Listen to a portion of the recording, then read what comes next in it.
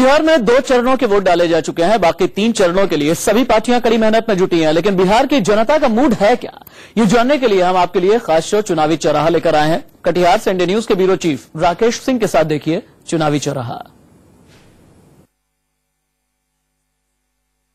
चुनावी चौराहा लेकर पहुंच चुके हैं कटिहार में मुकाबला काफी रोचक है और यहाँ पर एनडीए की ओर से ये सीट बीजेपी के लिए और खास तौर पर महत्वपूर्ण है, क्योंकि बीजेपी के जो प्रत्याशी हैं, वर्तमान विधायक हैं, 2 बार ये विधायक रह चुके हैं, तीसरी बार जो है हैट्रिक लगाने के फिराक में हैं। तारकिशोर बाबू हमारे साथ हैं। अच्छा, एक चीज ये बताया जाए कि जनता इस बार मौका आपको क्यों दे? देखिए, जब 2005 में मैं विधायक बना था, कई कटिहार के ऐसे बुनियादी सवाल थे जिसको हम सबों ने हल करने का प्रयास किया। सड़कों का अभाव था, सड़कें बनी, लगभग 50 पुलों का निर्माण हमने कराया। शैक्षणिक क्षेत्र में इंजीनियरिंग कॉलेज नहीं थे, उसकी निविदा की प्रक्रिया को 132 करोड़ की लागत से शुरू कराया। ये सारी बुनियादी सवालों को हमने हल किया। बिहार में आपकी सरकार है, लेकिन जनता आपको इस बार मौका क्यों दे? आपको बिहार की जनता इसलिए हमको मौका दे, बिहार में नीतीश कुमार ने विकास किया, लेकिन विकास मैंने देखा कि पूर्णिया से कटिहार आने में तो सड़क की हालत खराब। विकास ऐसा हुआ है कि गांव-गांव में रोड बना है। दूसरी बात, नीतीश कुमार ने अपने 10 साल के कार्यकाल में नीतीश कुमार के द्वारा कटिहार में जो भी विकास दिखाई पड़ रहा है, नीतीश कुमार किया है। और महागठबंधन की सरकार इस बार बनेगी और निश्चित जनताओं ने साथ दिया है और जनता का अपार जन समर्थन है। ये कहना है कि नीतीश कुमार सरकार ने काम किया, क्या काम किया? देखिए, जब हम लोग 7.5 वर्षों तक सरकार में थे, जब एनडीए की सरकार चल रही थी, तो कई बुनियादी सवालों को हम सबों ने मिलकर देखा था और उसका समाधान भी किया था। लेकिन सरकार से अलग होते ही ये जब प्रधानमंत्री बनने का ख्वाब देखने लगे, तो वो सारी कई प्रकार की विसंगतियां भी आई। जो मौलिक सवाल थे बिहार के, वे छूटते चले गए।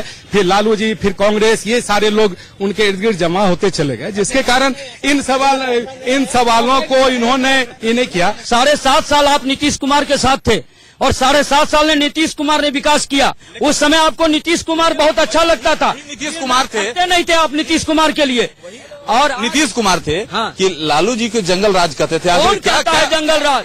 लालू यादव ने पिछड़ों को आवाज दिया है, लालू यादव ने गरीबों के मुंह में बोली दिया है, और लालू यादव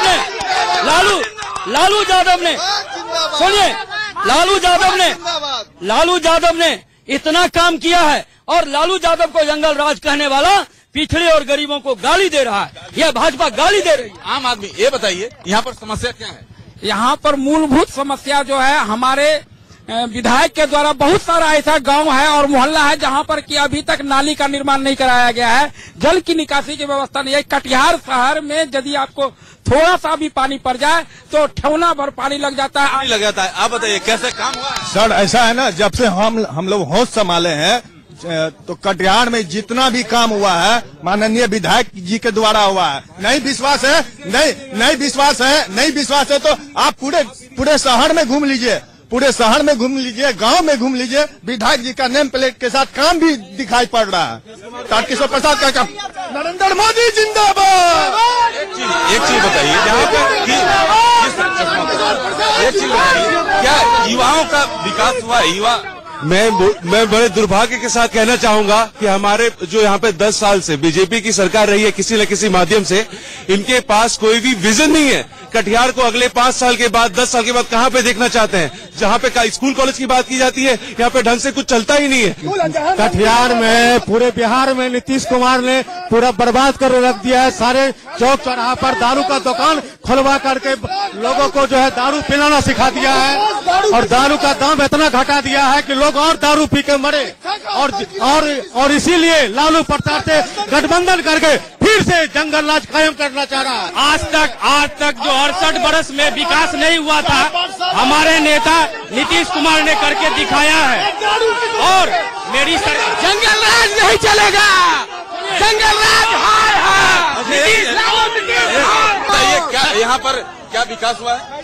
कटिहार में बहुत सारा विकास हुआ है। इसके पहले जो हमारे सहयोगी दल थे, उनके साथ तब उनको ये कहना था कि बिन मांगे हर चीज मिल जाता है।